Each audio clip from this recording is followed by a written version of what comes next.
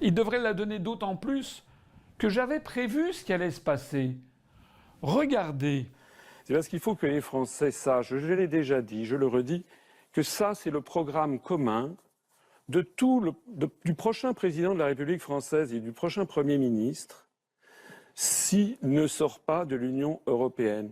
C'est le rapport des grandes orientations de politique économique que publie la Commission européenne chaque année et qui fixe chaque année ce que doit être la politique économique et sociale de la France. Par exemple, c'est la baisse de l'impôt sur les grandes sociétés.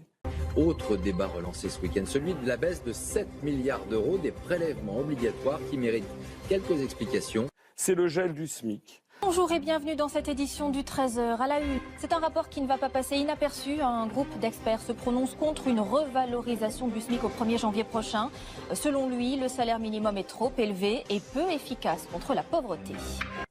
C'est la réforme du droit du travail. Première grande réforme d'Emmanuel Macron attendue avant les vacances d'été, l'assouplissement par ordonnance du Code du travail. Quel changement concret?